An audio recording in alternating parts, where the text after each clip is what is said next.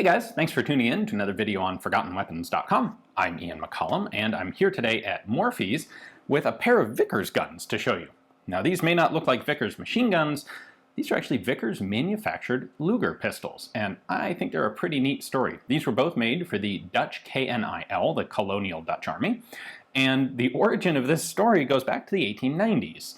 You might wonder, like, what's the Vickers doing making Lugers? Well, when the Maxim Nordenfeldt company licensed production of the Maxim gun to DWM in Germany, who would make them for the German government all the way through World War I, they got the licensing agreement was a reciprocal one, and Vickers acquired, well, Maxim Nordenfeldt acquired the rights to manufacture DWM guns, which would include the Luger. Now, Maxim Nordenfeldt never did, but Maxim Nordenfeldt was acquired by the Vickers Corporation, or conglomerate, and at that point, Vickers has the legal right to make and sell Luger pistols. Now the Dutch, going to the other side of the story, the Dutch would first trial the Luger in 1899 and 1900.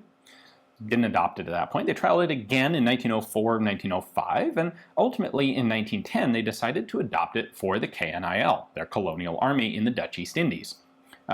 They ordered 4,182 Lugers from DWM, that were delivered in 1911, and that formed the beginning of the Dutch Lugers in the Dutch East Indies.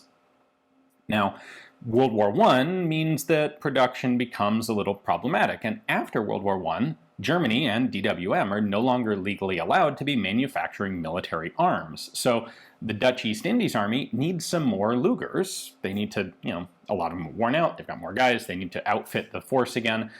And so they turn to Vickers, or rather Vickers is advertising trying to sell Luger pistols, and the Dutch purchase about 6,000 of them.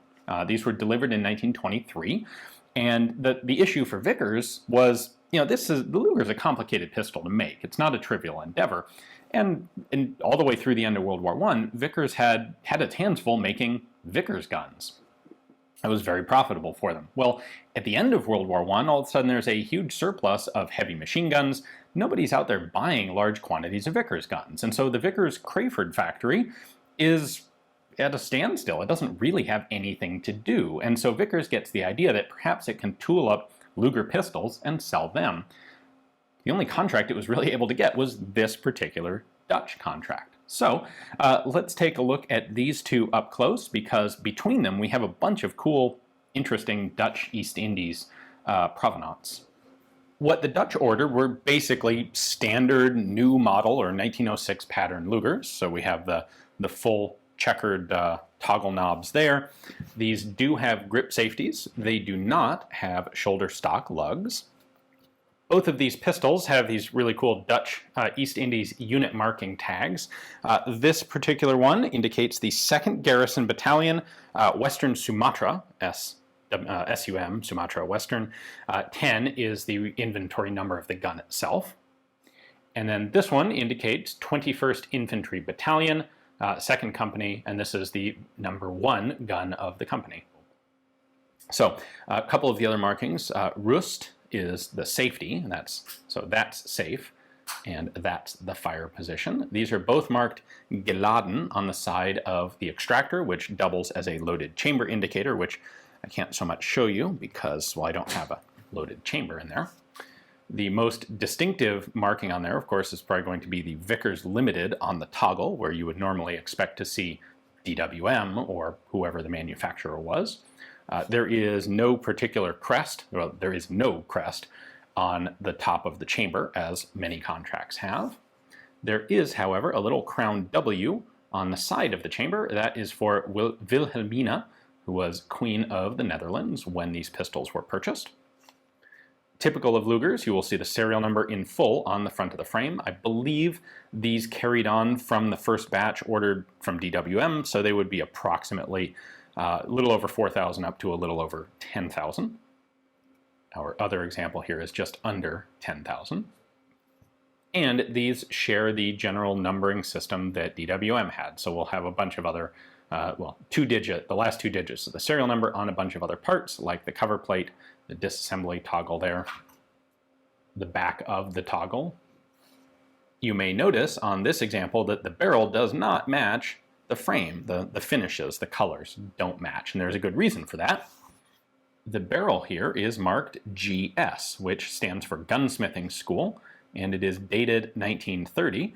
This, like many of these pistols, had a worn-out barrel and was rebarreled by the Dutch K&IL Armors School.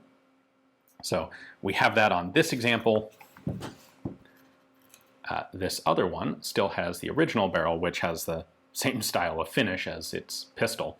One of the other differences you will see here is this 5-pointed star.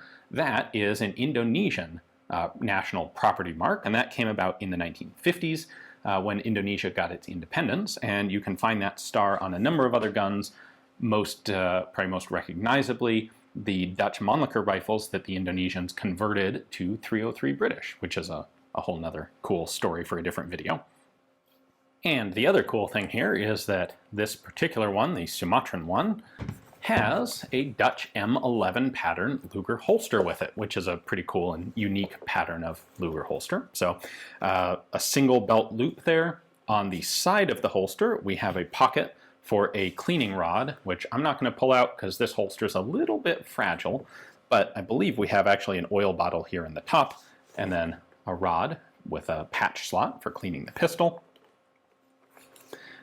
We have another pocket here, which I believe was for a spare firing pin, although I'm not 100% sure on that, and a pocket for the loading tool, which that we can pull out. So very much like one of the German DWM loading tools.